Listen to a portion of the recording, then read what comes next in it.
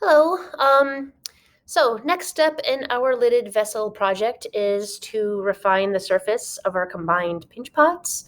I made this extra large one. Hopefully it'll make it easier for you guys to see what I'm doing while I'm working on it. Um, so this has sat for a couple of days. Hopefully that moisture between the two leather hard pinch pots, that the moisture has traveled between the two, it's become one solid piece. It definitely feels more solid. It's still in like the softer leather hard stage, so it's still very workable, which is great. This one here, you can see it's kind of got like that white chalky surface on the on the surface.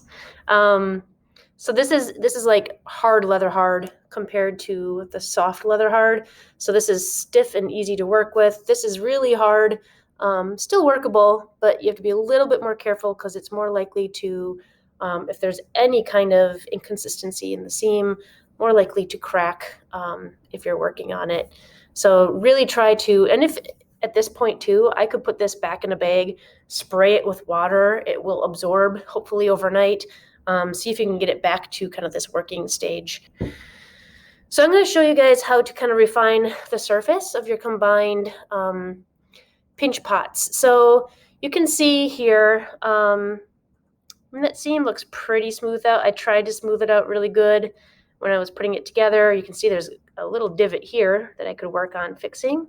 And there's definitely some lumpy parts where you can see, like, the pinching process doesn't usually give you like the cleanest working surface. And I told you guys not to worry about it because we can come back and fix that later.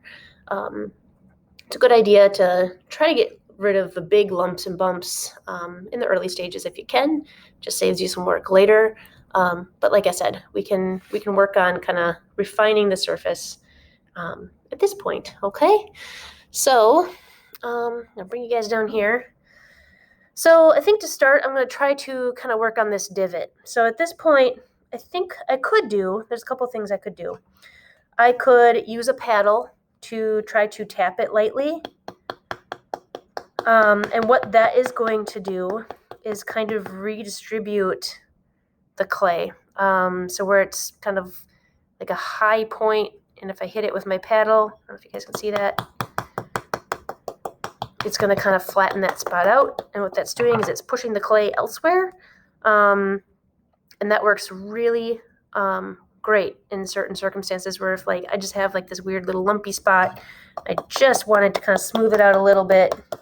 Looking at the contour of my piece as I'm working, trying to, if I want it to be symmetrical, I'd look at the contour, and while I'm using my paddle, I'm trying to look and make sure that it looks even on both sides.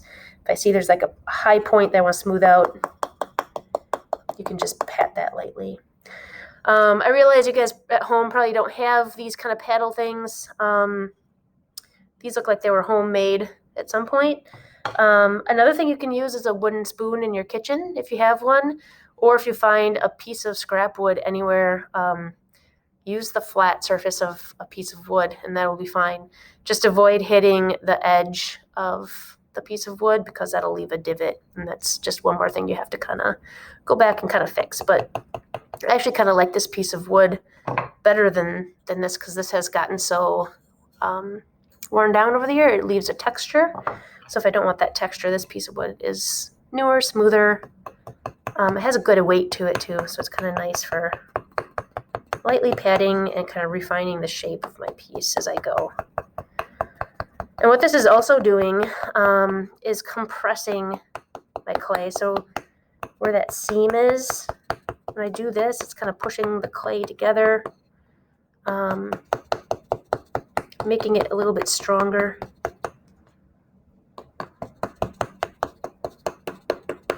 So just lightly tapping. I don't want to get too rigorous with it or I might end up cracking it. So because that seam is still somewhat weak, it's always going to be until we get it fired, and really once the firing process happens, it will become one. But you just always want to be aware of, we made a seam here, we just have to be a little extra careful around that spot. I did want to show you guys a quick example of what using the paddle can accomplish. So this bowl started out as a regular pinch pot. So you guys saw how pinch pots look when they're first made. They're like rounded bottom. This one was probably about this big. I think I did add some coils to this one just to make it a little bit bigger.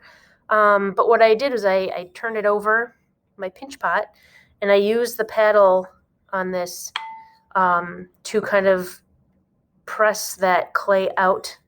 And I worked it on a circle. I kept spinning it, picking it up, holding it in my hand, trying to make it make the contour symmetrical. And that's how much you can redistribute clay just using a paddle. So keep that in mind. You have one shape in that soft leather hard stage. You can use a paddle to really reshape it in quite extreme fashion if you choose to. So yeah, just want to give you guys that example. So after using the paddle on this piece, it didn't really solve that divot problem. I didn't want to press too much. I didn't want to paddle too hard on either side of this. I was too afraid of, causing an issue with that seam. So what I'm going to do to smooth this divot out is I'm actually going to score and slip and add fresh clay to it, and then let it sit and settle there to smooth out that surface. So I'm just going to add enough to kind of like disguise that divot there. So I've got my serrated edge rib here. If you don't have one of those, feel free to use your needle tool. That works just as well. You can see I'm just going to score that like we did for when we connected the two bowls. So I'm just hatching kind of over the whole surface where I'm going to add clay. And again, don't be afraid to, you don't want to get too deep that you're cutting through it, but you don't want to just do like a light over the surface because that's not enough to pull that new moisture into the leather hard. So if you have the serrated, you can just kind of dig that in there. Okay, so I've got this part scored. I am going to grab some fresh clay and try to form a piece that would be, somewhat close to what I need to patch it with, size-wise and depth-wise. Make sure I'm smoothing out any cracks. Of course, I'm going to be compressing it with a paddle probably, and when I press it in, that should take care of any pieces of clay that aren't connected, but it doesn't hurt to do a little extra work on the front end so you have a little less on the back end, right? So I'm just going to score the surface of my new piece of clay. And then, like we did with combining the two pieces, I am going to add slip. So this is where most of the moisture is going to exchange. It's going to come from the slip. If your piece is in this stage where it's a little bit harder leather hard and you're trying to add a piece to kind of correct a divot, again, score and slip really well. If it's this borderline, again, another thing you can add to your slip is vinegar, and vinegar changes the chemical composition of the clay, and will be a little bit more successful in adding new clay to something that's a little bit over dry like that. So I'm just going to kind of lightly compress this just to really help push that in there. And then I'm going to come back and kind of gently start to blend it, scrape away the extra.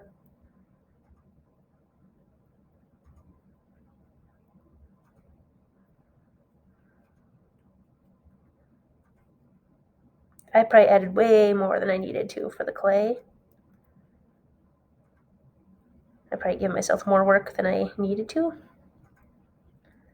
So that's a lesson for you. You don't have to add a huge patch if you're just trying to patch up a small spot. Use what you need. doesn't have to be a ton. You're just giving yourself more work on the back end again.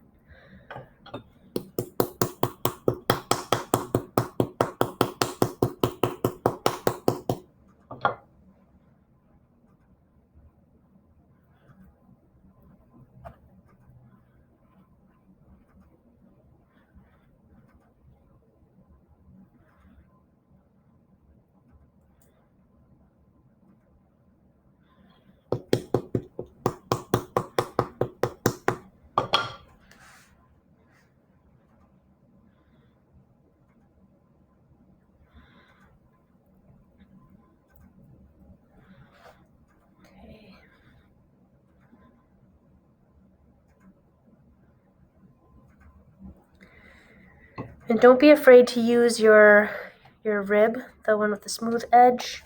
Just be really careful at this point, just really gentle with it to help you blend that in. Again, running it kind of flat against the surface.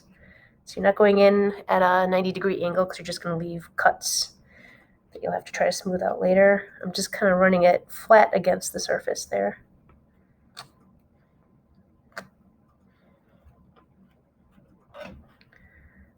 Okay, so it's a little better. I'm going to kind of let that sit for a little bit.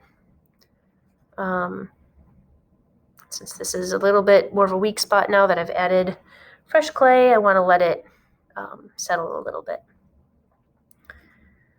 All right, so if there's any major lumps and bumps, again, you can use your rib to kind of shave off the surface. If you have big lumps, you can use your serrated to kind of like hatch across the surface in different directions. And what that's going to do is it's going to confuse the eye and really help kind of smooth out that surface when you come back with your smooth rib. And kind of even out that whole surface. It makes it disguises those lumps a little bit. And you know how smooth you want this to be is up to you. If you are really want it to be smooth and perfect, take your time. Be patient with it. Go slow. Remember, it's still somewhat fragile. You can still crush it at this point. I can't emphasize enough. Just be patient with it. Go slow. We've got time.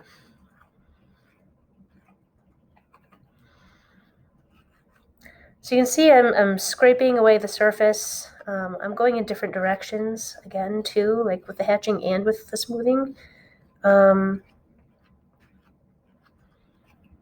I'm pulling these extra shavings off from the surface, I'm not going to throw these away. I'm actually going to save these and throw them into my jar of slip, and then add a little bit more water to absorb the new clay that I've put in there. It's a great way to just continually build up your supply of slip, and then you never have to make new slip again. You just keep adding to it. So you can smooth with your thumb. You can use the modeling tools. These ones with the rounded edges work really nice for smoothing the surface. Right now I'm just looking for anything that looks kind of irregular that I don't want on there.